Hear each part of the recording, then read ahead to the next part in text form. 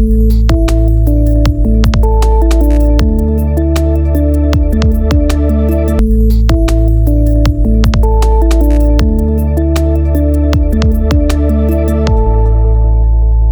I'm Purnesh. I head analytics at Hindalco.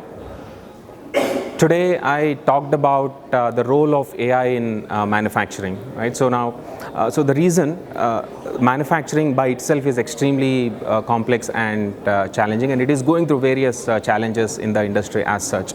Right, from raw material shortages to supply chain disruptions to commodity prices and many other aspects. Now, how can AI help? Is there is a systematic way.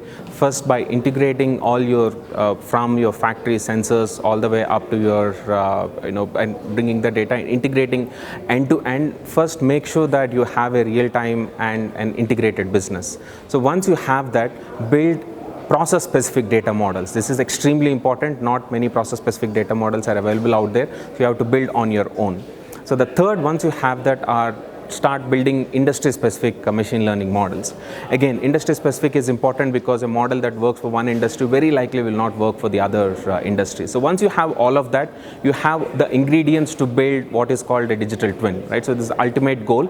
So where you are able to predict, recommend, and also simulate the process, be it related to assets, be it related to process, supply chain, and everything. So this would be the ultimate goal for AI in manufacturing.